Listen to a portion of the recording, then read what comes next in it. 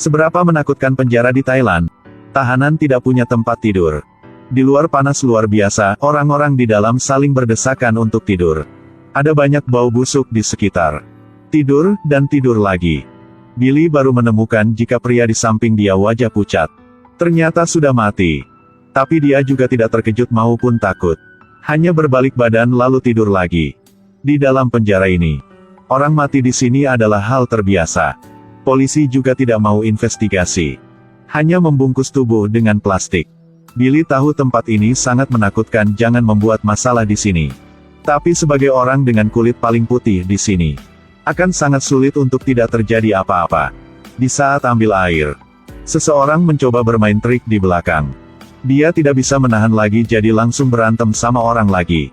Dan akhirnya dia langsung masuk ke ruang gelap. Ruangan yang tidak berbeda apa dengan tempat untuk anjing tinggal. Setelah berlutut selama 3 hari, dia bisa keluar juga. Terkunci di ruang kriminal. Ini adalah ruangan penjara yang mengunci orang-orang. Paling kejam di sini. Billy juga hanya orang biasa. Dan dia adalah orang yang paling bersih di sini. Orang baru harus laporan. Cepat diberi pelajaran. Semuanya mengepung Billy. Naik ke badan dia. Memaksa dia melakukan push-up. Ini masih beruntung. Orang kurus ini baru menyedihkan. Hari kedua. Menemukan dia bunuh diri dengan cara digantung. Polisi datang untuk menangani tubuh lagi. Mereka tanpa rasa. Seolah-olah seperti sedang merawat ayam. Penjahat berbahaya melihat Billy. Sepertinya sedang mengatakan bahwa orang berikutnya adalah kau. Dalam keadaan yang begitu keras, Billy hidup dalam ketakutan setiap hari. Hari itu dia datang ke ruang klinik. Ingin minta analgesik. Tapi pengawasnya bilang, obat di sini gratis untuk orang lain. Tetapi orang asing harus bayar. Menghadapi stigma ini, Billy tidak bisa menahan diri lagi. Dalam berapa detik, bertarung dengan 3 penjaga penjara. Apalagi menggigit leher satu sipir. Seperti hewan liar. Tapi tidak lama setelah itu, sipir lain berhasil pegang dia. Lalu mulai memukul dia, tidak mau berhenti. Setelah selesai memukul, langsung dibawa pergi. Lempar ke ruangan yang tidak orang. Tidak tahu butuh waktu berapa lama. Luka punya Billy baru sembuh. Dia memakai rantai berat di kakinya. Dibawa ke ruang kriminal. Karena kejadian itu, para kriminal lebih menghargai Billy. Mereka tidak mengganggu dia lagi. Tapi karena tidak terisolasi, jadi dia sudah ikuti penjahat yang lain. Setiap hari berbuat yang aneh. Sampai malam itu, 3 tahanan bersama membuat tubuh mereka menjadi tangga. Lalu naik ke atap. Mengambil baling-baling. Bukan karena mereka ingin melarikan diri dari penjara. Tapi ingin membunuh orang. 2 jam kemudian, para sipir datang. Suruh semua tahanan bangun. Lalu bawa ke ruangan ini untuk pemeriksaan. Karena ada 3 sipir telah dibunuh. Dan senjatanya adalah baling-baling yang patah. Sipir tidak dapat menemukan pembunuhnya. Jadi hanya bisa memilih 1 penjahat untuk dibawa pergi. Di tubuh dia ada obat terlarang. Dari pengeras suara terdengar tangisan yang menyedihkan. Orang itu dipukuli hampir mati. Ini adalah pertunjukan untuk dilihat semua orang. Seorang polisi datang mencari Billy. Dia tahu Billy dulu pecandu narkoba. Pernah belajar tinju. Jadi menggunakan obat terlarang untuk membuatnya terpesona. Biarkan Billy bergantung padanya. Lalu dia datang minta tolong ke Billy. Bantu dia meninju sampai mati 2 tahanan yang paling dibenci olehnya. Billy langsung menjadi gila. Di mana hati nuranimu? Di mana? Tidak hanya itu saja. Polisi ingin membuat Billy menjadi alat pembunuh untuk dia. Billy akhirnya tidak bisa menahan diri karena obat. Jadi sudah mencari 2 orang itu. Lalu memukul sampai mati. Ketika dia bangun kembali, Billy merasa sangat menyesal. Dan memutuskan untuk tidak melakukan kejahatan seperti itu lagi. Sampai malam Billy ambil sepotong pisau. Masuk ke dalam selimut. Lalu memotong tangan dengan diri sendiri. Untungnya ada orang melihat. Berhasil selamatkan Billy. Setelah gagal bunuh diri, Billy memutuskan untuk tidak boleh mendekati narkoba lagi. Dia membawa rantai. Mulai berlatih cara tinju seperti sebelumnya. Karena dia melihat, di dalam penjara ada 1 tim seperti itu. Mungkin itu akan mengubah situasi saat ini. Keesokan harinya, Billy pergi ke ruang latihan tinju. Dan hasilnya belum bisa masuk ke dalam. Ditendang keluar oleh pelatih. Dia berlari ke toko itu lagi. Beli rokok. Lalu menggunakan rokok itu sebagai fee masuk ke pintu. Baru boleh masuk ke dalam. Pelatih tidak ada niat untuk ajarin Billy. Dia mencari seseorang dengan pengalaman. Untuk bertarung dengan Billy. Karena dia ingin Billy akan menyerah. Seperti yang diharapkan, baru masuk Billy dipaksa ke sudut halaman. Dipukuli tanpa henti. Wajah bengkak dan balik ke penjara. Semua penjahat mendengar dia latihan ninju. Lalu semua tertawa terbahak-bahak. Ini semua adalah orang-orang yang bejat. Mereka tidak akan mengerti mengapa Billy berusaha sangat keras seperti itu. Dia terus berlatih. Tidak ada yang ajarin dia. Hanya pukulan terus-menerus ke arah karung pasir. Kekuatan dia menarik perhatian yang lain. Saat istirahat, semua mulai bahas tentang Billy. Sampai pelatih juga berubah karena profesionalitas itu. Mulailah mengajarinya dengan hati-hati.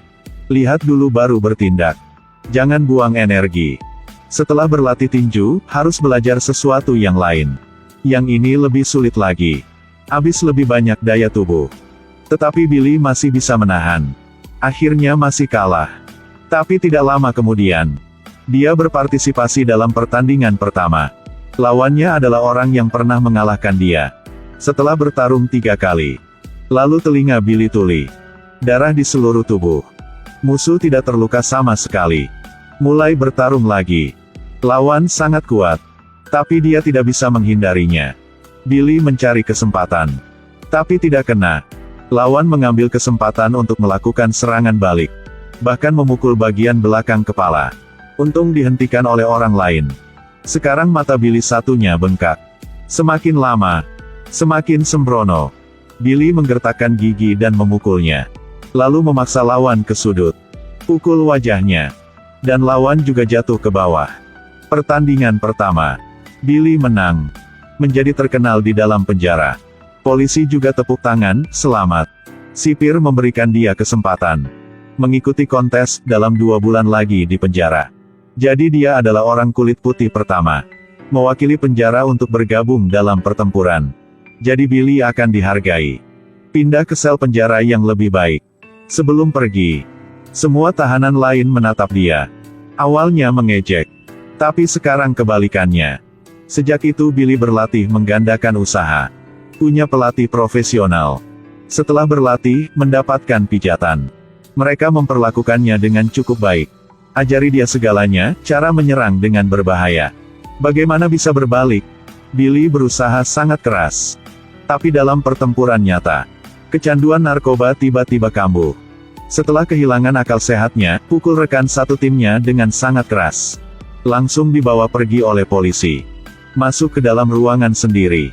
Setelah memancarkan dengan dinding, dia perlahan-lahan menjadi tenang. Dia tahu bahwa tidak bisa membiarkan diri sendiri dikendalikan. Jika tidak akan ada kesempatan lagi. Setelah 1 minggu istirahat, dia balik ke ruang latihan. Melihat Billy minta maaf. Maka orang yang dipukul memaafkannya. Latihan berlanjut.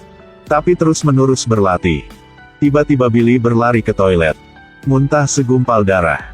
Dia jatuh ke lantai. Periksa tubuh baru mengetahuinya. Karena organ dalam rusak. Terutama pinggang kiri. Kompetisi tinju tidak dapat berpartisipasi. Tapi sangat sulit baru sampai sini. Bagaimana bisa menyerah? Tidak lama setelah itu, kontes dimulai. Billy dan rekan satu timnya masuk ke dalam mobil. Pergi ke penjara lain. Dan lawan kali ini adalah orang yang paling kuat dari penjara lain. Pertandingan baru dimulai. Lalu mulai bertarung beneran. Billy tidak mau dirobohkan. Tapi dipukul keras di pinggang. Terjadinya kembali luka pinggang. Membuat dia merasakan sakit yang tak tertahankan. Tapi Billy menahan rasa sakit dan berdiri. Musuh tahu bahwa Billy terluka. Berulang kali memukul pinggang kiri. Dia hanya bisa memeluk lawannya. Lalu perpanjang waktunya. Permainan akhirnya berakhir. Billy mendapat kesempatan untuk bernafas. Tapi serangan menyelinap lawan membuat lukanya semakin parah. Ini tindakan yang tidak adil. Pelatih menjadi lebih marah. Tapi di mana mendapatkan begitu banyak aturan saat bermain di penjara? Lawannya adalah bajingan. Tidak ada yang tahu apa yang harus dilakukan. Ronde kedua mulai. Billy sekali lagi dipaksa ke sudut. Lawan mengincar pinggang. Memukul 3 pukulan sangat keras. Membuat Billy kehilangan kesadaran. Billy marah membuang alat pelindungnya. Maka pertaruhkan nyawa sekali. Dia mencari kesempatan untuk memukul. Lawannya langsung jatuh. Dan tidak bisa bangun sama sekali. Kemenangan yang tak terduga. Banyak penonton bersorak di bawah. Billy tidak ada waktu untuk memberi selamat. Muntah darah di atas ring. Ketika bangun kembali, ternyata dia sedang di dalam rumah sakit. Ketika perlahan jalan keluar dari kamar, dia baru tahu bahwa tidak ada yang jaga di ruangan dia. Billy langsung berpikir, ini adalah kesempatan untuk melarikan diri dari penjara. Dia hanya pasien biasa, berjalan keluar dari rumah sakit. Tidak ada yang lihat dia. Di jalan, melewati pasar. Tapi terus jalan seperti ini. Akhirnya dia juga berhenti. Jika terus bersembunyi seperti ini, di mana jalan masa depan? Pasti dia akan kembali ke jalan yang tidak benar lagi. Semuanya buang-buang waktu, tidak berguna. Hidup lebih berharga dari kebebasan. Dia memutuskan sendirian balik ke rumah sakit. Lalu diantar balik ke penjara. Tidak lama kemudian seseorang datang untuk memantau. Itu adalah ayah dia yang pernah tinggalkan dia. Pada momen ini, dia tahu dia membuat keputusan yang bijaksana. Ini adalah kisah nyata. Ayah yang muncul adalah ayah yang sebenarnya. Nama dia adalah Limor. Awalnya preman di Inggris. Tapi jadi kecanduan narkoba di Thailand. Jadi dia dibawa ke penjara. Apalagi, menggunakan kekerasan yang mengerikan. Kehidupan Billy awalnya seperti penjahat lainnya. Busuk di dalam penjara. Tapi dia mengambil kesempatan untuk hidup kembali. Gunakan kemauan dia untuk menaklukkan diri sendiri. 3 tahun kemudian, Billy dibebaskan. Memulai kehidupan baru.